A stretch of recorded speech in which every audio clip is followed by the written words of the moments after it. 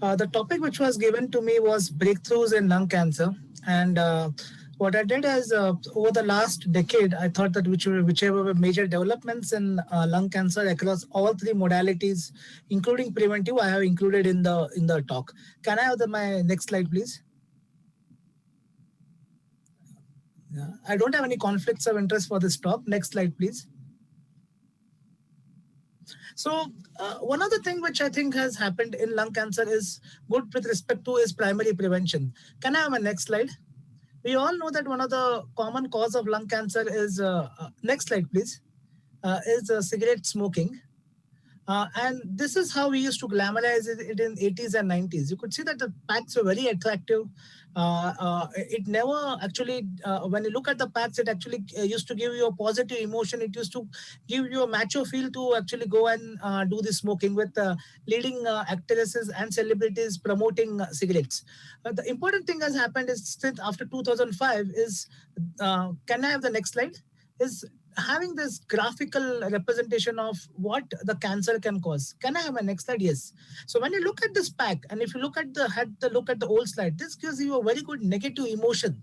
According to me, this is one of the major breakthroughs which we have achieved over the last 2 decades. That we have this warnings which are coming in nearly 65 to 70% of the size of the cigarette packs, and which have scientifically proven that they lead to a negative emotion among smokers. It leads to a decrease in initiation of smoking. It leads to people who smoke in long term then think about decreasing the smoke and also cessation of smoking. Can I have my next slide? Next slide, please. And these are the papers which one is from South Korea, in which they talked about this negative emotions which this kind of graphics developed. And there was a good review of literature from Asia which looked about the smoking behavior pre and post introduction of this warning. So according to me, this is one of the breakthroughs which have happened during this decade. Can I have the next slide? The next talk about secondary prevention, screening, as we all know. We all had others when I studied around 15 years back. Screening means used to with cervical cancer, breast cancer. One of the important development, according to me, over the last 1 decade is development of lung cancer screening by low dose CT scan. Can I have the next slide? Next slide, please. Yeah. So what has come down to are two major studies, one which came from US and that's followed by one which came from Netherlands as recently as this year itself by Decoing. And we did show that doing screening in high risk patients, what were the high risk? It was considered as 30 pack years or more, who have been doing it for at least 15 years and between 55 to 80 years as per the US PSTF recommendations, leads to decrease in the cause of lung cancer related mortality. Can I have the next slide? Yeah, and this is another study after the NSPT study which came in February 6th, 2020 in New England Journal of Medicine. Interestingly, it also showed very similar results that screening by low dose CT led to a decrease in lung cancer mortality. What worries me is that don't have a pointer. If you look at the last row, it didn't lead to a decrease in all cause mortality of when there was no decrease in disease specific mortality because of lung, but overall survival didn't increase. So the point remains same with screening, which is same with what we see in breast cancer, that disease specific survival comes down, but overall survival doesn't uh, is not altered by screening. But still, it did show that the hazard ratio was good, about 0.6, 0.7, which means there is nearly 20% to 25% reduction in mortality, which is seen because of lung cancer reduction in mortality. Can I have a next slide, please? Next breakthrough I want to talk about is what has happened in the early stage surgical field. Next slide, please. I think the development of VATS related surgery or robotic related thoracoscopy surgery are a major breakthrough which have happened in the last decades. We all know that VATS leads to more controlled by the surgeon. There is less blood loss. It is less painful to the patients, and it also leads to an early recovery of the patients. Whether the long-term outcomes are similar or not, we need to have a randomized study. This was a randomized study which has been already recruited in China. It's ongoing at present. The 5-year disease-free survival is the primary endpoint. We are awaiting eagerly the results of the study. But what is interesting is that they reported the short-term outcomes of thoracoscopic surgery versus thoracotomy. Can I have my next slide, please? And what it did show is that yes, when you did a wax procedure, the amount of blood loss was less. Actually, if you see the median blood loss is similar, 100 ml, 100 ml. It is what was the high amount of blood loss which happened between 150 to 200 ml was less in the wax as opposed to that with open surgery. Even the duration of surgery was less, and it also led to early discharges, but it was not early discharge was not statistically significant. So what did show is that yes, what we always saw in multiple review articles, multiple series, that what's lead to early recovery, less blood loss is it's also true in randomized studies.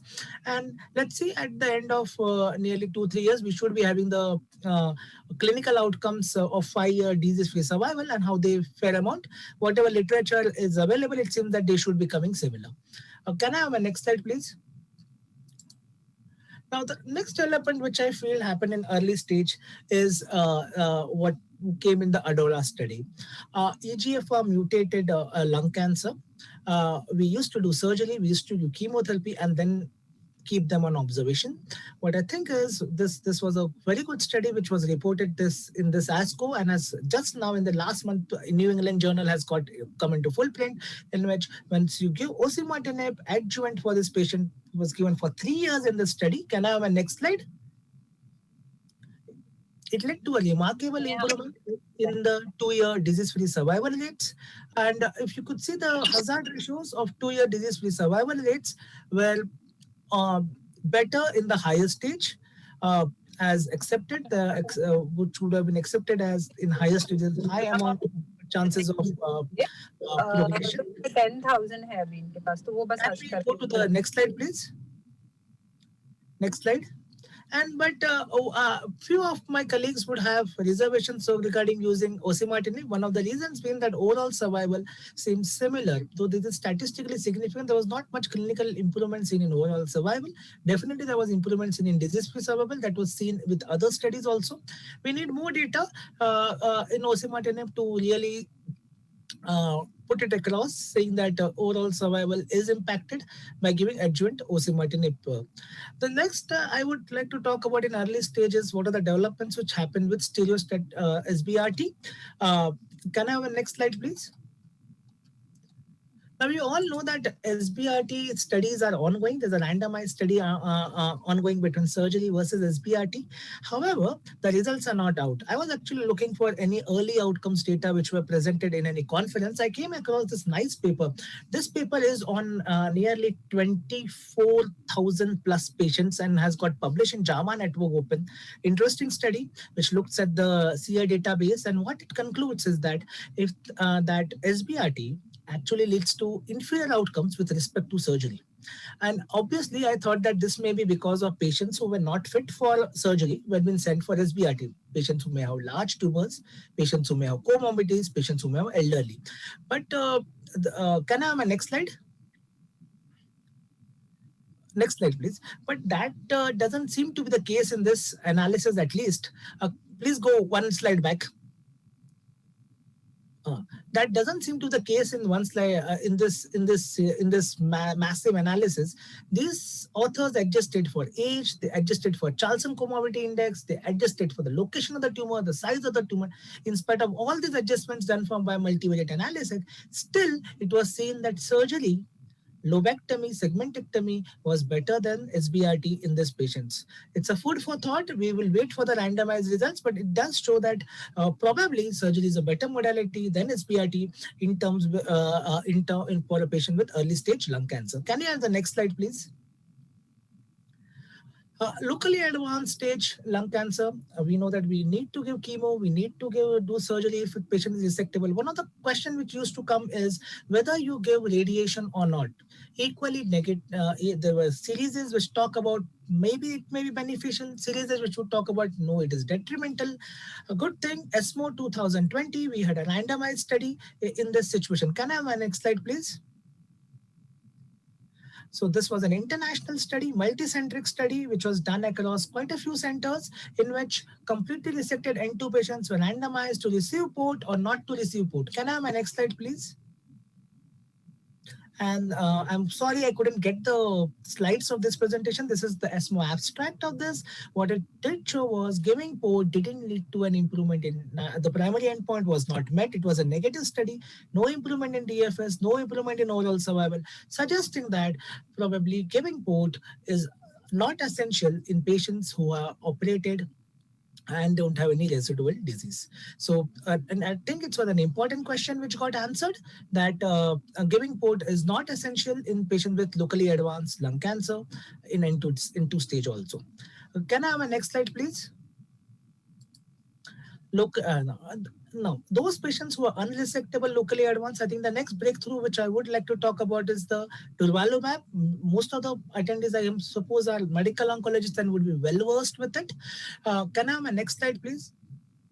Unresectable stage 3 non-small cell lung cancer who undergo chemoradiation who had not progressed when randomized to durvalumab versus no durvalumab for an year, there was a clear benefit in terms of improvement in PFS and improvement in median survival, around 8% improvement in 12-month survivals, and around a similar amount of improvement was seen in even 24 months survival of absolute improvement of around 11%.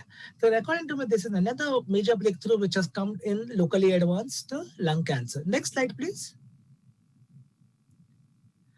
Now, I think what has happened in metastatic is reintroduction of surgery and radiation. And I think oligometastasis, defined variably as 1 to 4, 1 to 5, 1 to 6, across multiple situations. I won't go in this discussion about the definition of this, but I think we need to understand that patients of lung cancer, even when they are at stage 4, if they have oligometastatic disease, and if they are doing well on chemotherapy, palliative chemotherapy, we need to consider uh, consolidating them by doing local therapy. Can I have the next slide, please?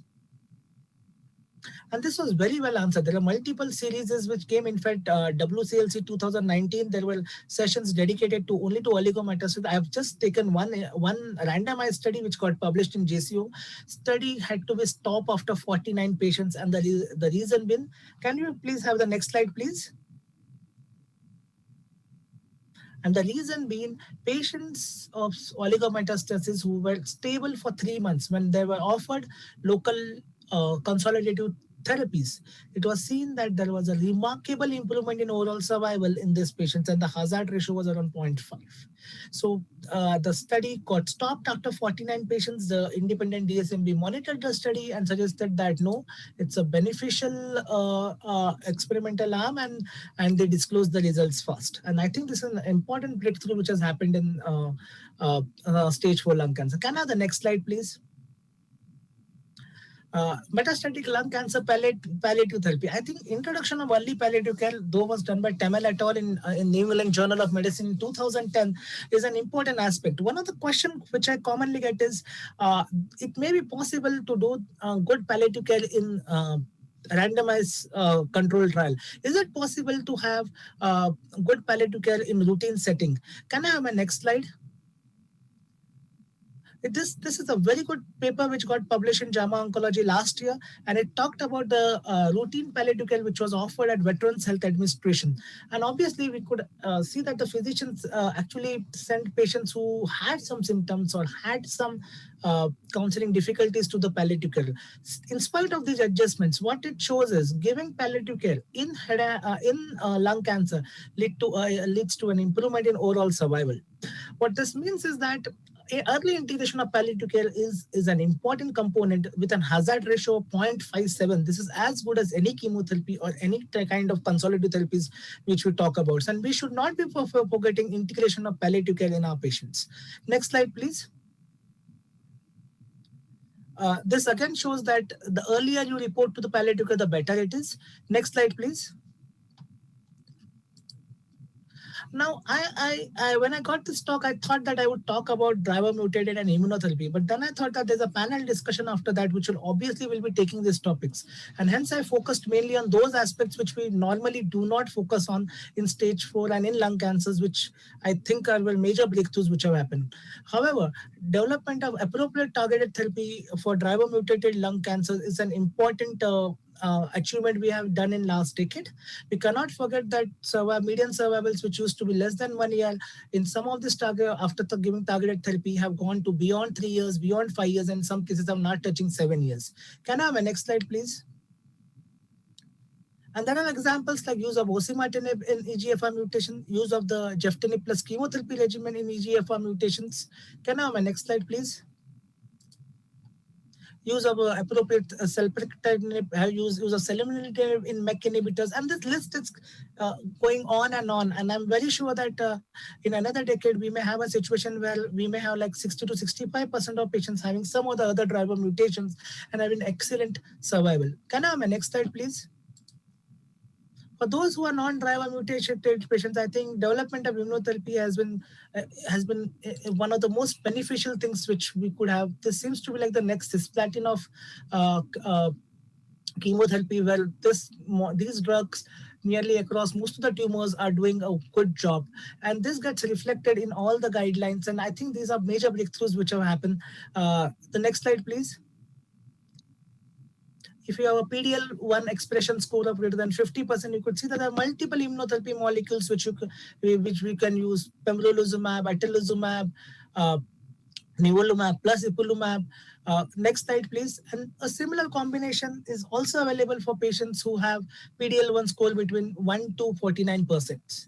I have not dealt them in detail. I'm very sure the panel discussion which will be there will be dealing with this, dealing with stage 4 cancer, and will be dealing with driver mutated breakthroughs and immunotherapy breakthroughs in detail, and didn't want to take the thunder out of that panel discussion. Next slide, please. And that was my last slide. Thank you. Have a good evening and enjoy the feast of academics.